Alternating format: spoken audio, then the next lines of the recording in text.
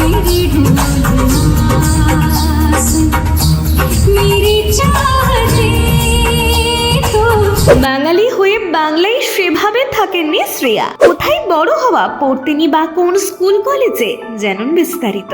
বাঙালিদের মনের মণিকোঠায় পাকাপোক্ত জায়গা করে নিয়েছেন শ্রেয়া ঘোষাল। বাবা মা দুজনেই বাঙালি, তবে শুনলে অবাক হবেন সেভাবে কখনোই বাংলায় থাকা হয়নি শ্রেয়ার। 1984 সালের 12 মার্চ জন্মান শ্রেয়া ঘোষাল। জন্মসূত্রে তিনি পশ্চিমবঙ্গের মুর্শিদাবাদ জেলার বহরমপুরের বাসিন্দা হলেও বড় হয়েছেন রাজস্থানের কোটার নিকটবর্তী রাওয়াত ভাতা শহরে। বাবা বিশ্বজিৎ ঘোষাল পারমাণবিক শক্তি নিগমে কাজ করতেন একজন তড়িৎ প্রকৌশলী হিসেবে, আর তার পরিবার নিয়ে তিনি সেখানেই থাকতেন। রাজস্থানেই বড় হন শ্রেয়া এবং তার ভাই। শ্রেয়া রাজস্থানের রাওয়াত ভাতার পরমাণু শক্তি কেন্দ্রীয় বিদ্যালয়ে 8ম শ্রেণী পর্যন্ত পড়াশোনা করেন। তবে তারপর বদলি হন বাবা, চলে আসেন মুম্বাই। তারপর অনুশক্তি নগরে পরমাণু শক্তি কেন্দ্রীয় বিদ্যালয়ে ভর্তি হন তিনি। এরপর সায়েন্স নিয়ে পড়াশোনা করবেন বলে ভর্তি হয়েছিলেন পরমাণু শক্তি জুনিয়র কলেজে। তবে এরপর সিদ্ধান্ত বদল হয় শ্রেয়ার। জুনিয়র কলেজ ত্যাগ করেন এবং মুম্বাইয়ের